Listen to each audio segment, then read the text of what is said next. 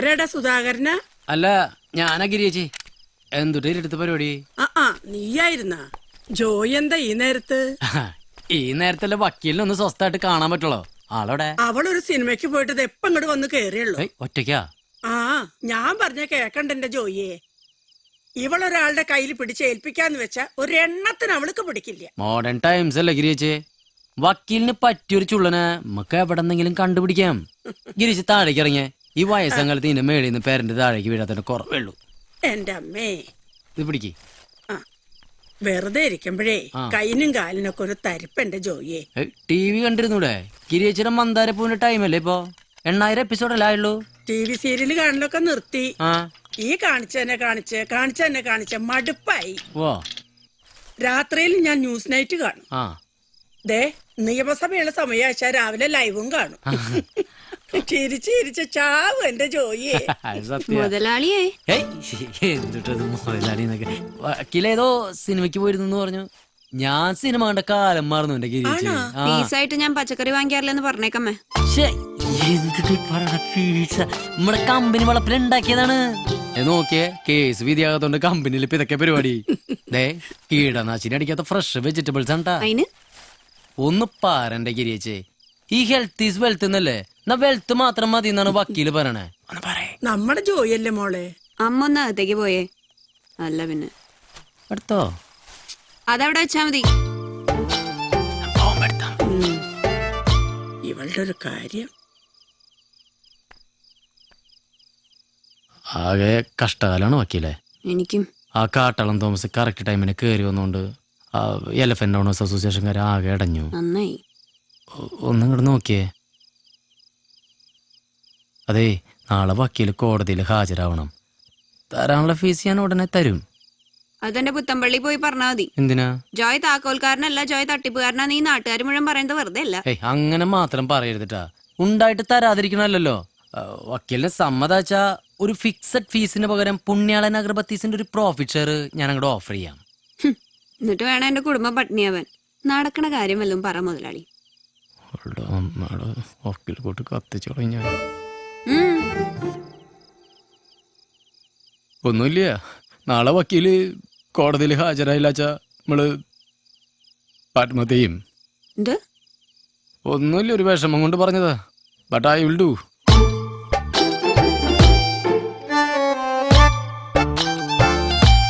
അതെ, നിങ്ങളീ കാണിക്കുന്നത് കംപ്ലീറ്റ് അടവാന്ന് എനിക്ക് അറിയാണ്ടല്ല. എന്നാലും നോക്കട്ടെ. അത് മതി, അത് കേട്ടാ മാത്രം മതി. പിന്നെ വക്കീല് ഏത് സിനിമയ്ക്കാ പോയ? ഡ്രാക്കുളയാ? മുതലാളി ചെല്ല്.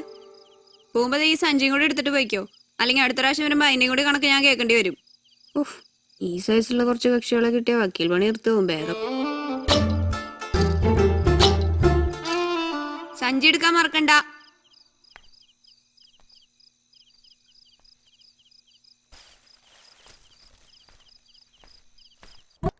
Case number 301/279. വാദി ജോയ് താക്കോൽക്കാരൻ.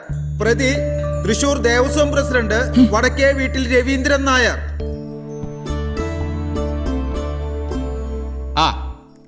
സുഖം തന്നെയല്ലേ താക്കോൽക്കാരാ? വലിയ കഷ്ടത്തിലാണ് യുവർ ഓണർ. ഇത്തവണെങ്കിലും അനുകൂലമായിട്ടുള്ള ഒരു വിധി ഉണ്ടാവണം.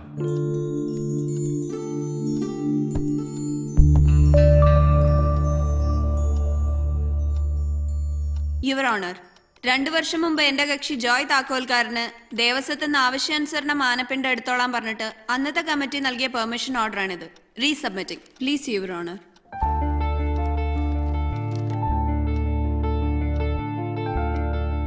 ഈ പെർമിഷന്റെ പിൻബലത്തിൽ സാമാന്യം വലിയൊരു തുക ബാങ്ക് ലോണിന്റെ സഹായത്തോടുകൂടി എന്റെ കക്ഷി ജോയ് പുണ്യാളൻ അഗർബത്തീസ് ഉൽപ്പാദിപ്പിക്കാനായി ഫാക്ടറി പുതുക്കി പണിതു. അതിനുശേഷം വന്ന കമ്മിറ്റി പ്രത്യേകിച്ച് ഒരു കാരണവും കൂടാതെയാണ് പെർമിഷൻ റദ്ദാക്കിയത്. കാരണമുണ്ടോ യുവർ ഓണർ? അതെന്താ? പുണ്യാളൻ അഗർബത്തീസ് ഉണ്ടാക്കാൻ ഒരു മാപ്പിള ദേവസ്വത്തിന് ആനപ്പിണ്ടം കൊണ്ടുപോണത് ദൈവത്തിന് ഇഷ്ടപ്പെടില്ല. ദൈവം എന്ന് പറഞ്ഞ കോടതിയിൽ മതം കൊണ്ടുവരല പ്രസിഡന്റ്. ഇത് ദൈവമൊന്നുമല്ല. ഈ നിൽക്കുന്ന ദേവസ്വം പ്രസിഡന്റ് രവിയേട്ടനാണ്. എന്റെ പുണ്യാളൻ അഗർബത്തീസിന് ഇത്ര പോന്നപ്പോ ആരവയ്ക്കണേ? ബാങ്കിൽ നിന്ന് ജപ്തി നോട്ടീസ് വന്നു. അതൊന്ന് മാറ്റി വെക്കാൻ പറ്റ പാടറിയോ? ഞാൻ ഇതിന് മാത്രം എന്തുട്ടി തെറ്റാ ചെയ്തേ? കഴിഞ്ഞ 1.5 കൊല്ലായി ഈ കേസ് ഇങ്ങോട്ട് തട്ടി കളിക്കണം. ഇന്ന് എനിക്കൊരു ഉത്തരം കിട്ടണം, അല്ലെങ്കിൽ ഈ ഉത്തരത്തിന് ഞാൻ കെട്ടി തൂച്ചാവും. ഇവിടെ അല്ല, outside. Back to the point. ഒരു ഇമീഡിയറ്റ് ഡേറ്റിൽ എന്റെ കക്ഷിക്ക് ദേവസ്വത്ത് നിന്ന് ആനപ്പിണ്ടം എടുക്കാനുള്ള വിധി ഉണ്ടാവണം യുവർ ഓണർ. അതല്ലെങ്കിൽ തത്തുല്യമായൊരു നഷ്ടപരിഹാരം ദേവസ്വത്തിന്റെ ഭാഗത്തു നിന്ന് ഇദ്ദേഹത്തിന് കൈമാറാനായി ഉത്തരവുണ്ടാവാൻ താഴ്മയായി അപേക്ഷിക്കുന്നു. ഒബ്ജെക്ഷൻ. വെറുതെ ഒബ്ജക്റ്റ് ചെയ്തിട്ട് കാര്യമില്ലല്ലോ. പോയിന്റ് അല്ലേ ഇവര് പറയണേ.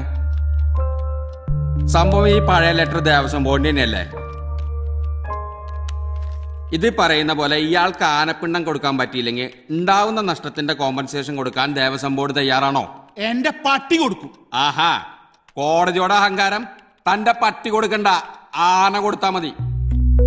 അടുത്ത മാസം 5-ാം തീയതിക്ക് മുൻപേ ആദ്യത്തെ ലോഡ് ആനപ്പിണ്ടം ജോയ് താക്കോൽക്കാരന് കൈമാറാൻ ഇതോടെ ഈ കോടതി ഉത്തരവിടുന്നു.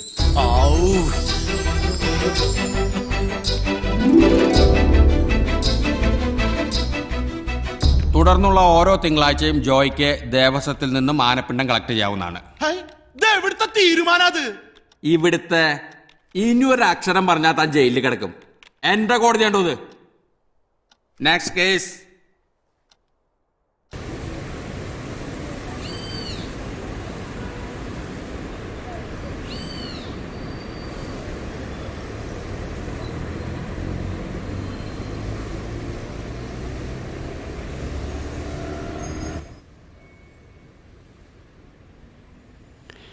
ഫാദർ.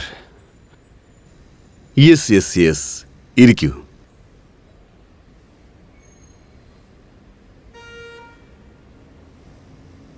എന്തു പറ്റി മോനെ? എന്താ നിനക്കൊരു വിഷമം? എന്തെങ്കിലും പ്രശ്നമുണ്ടോ? ഫാദർ, എനിക്ക് നിങ്ങളോട് ഒരു കാര്യം പറയണം.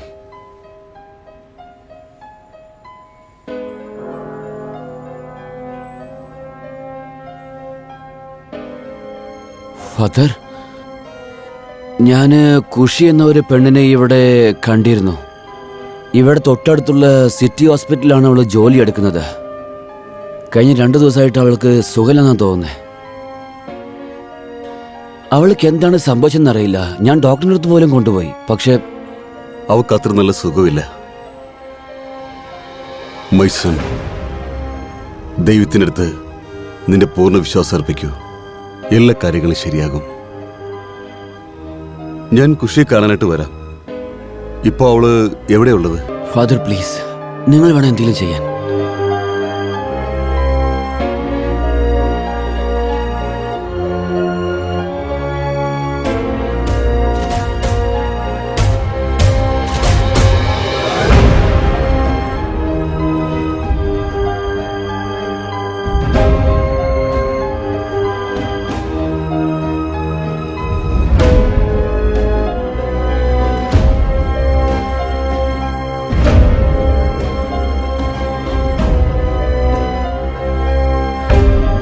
ഫാദർ,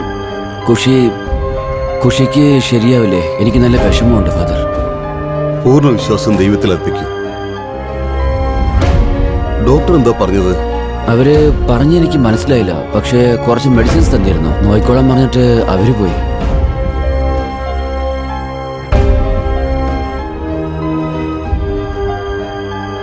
ഒരുപക്ഷെ അവൾക്ക് എന്തെങ്കിലും സൈക്കോളജിക്കൽ പ്രോബ്ലം ഉണ്ടാവുമോ?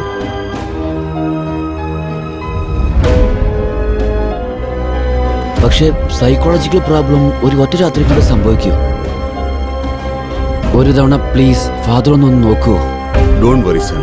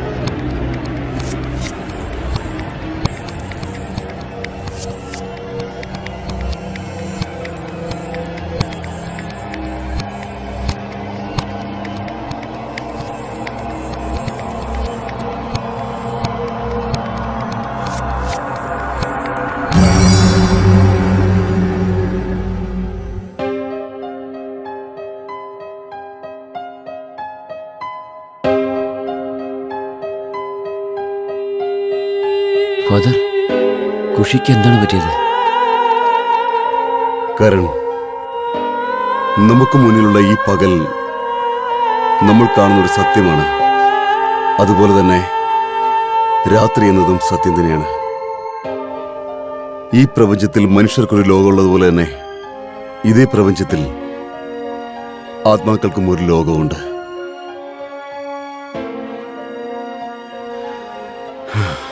ഫാദർ ഒരു സയൻസ് ടീച്ചർ അല്ലേ? എന്നിട്ട് പോലും നിങ്ങളത് വിശ്വസിക്കുന്നുണ്ടോ? വിശ്വസിക്കുന്നുണ്ട്. ദൈവമുണ്ടെന്ന് വിശ്വസിക്കുന്നുണ്ടെങ്കിൽ ആത്മാക്കളുണ്ടെന്നും വിശ്വസിക്കണം. നീ അതോർത്ത് ടെൻഷൻ അടിക്കണ്ട, എല്ലാം ശരിയാകും. പക്ഷേ ഫാദർ, ഞാൻ ഖുഷിയെ കണ്ടിരുന്നു. മരുന്നുകൾ കൊണ്ടൊന്നും അവളെ സുഖമാക്കാൻ പറ്റില്ല. പ്രേയർ മാത്രമാണ് വഴി.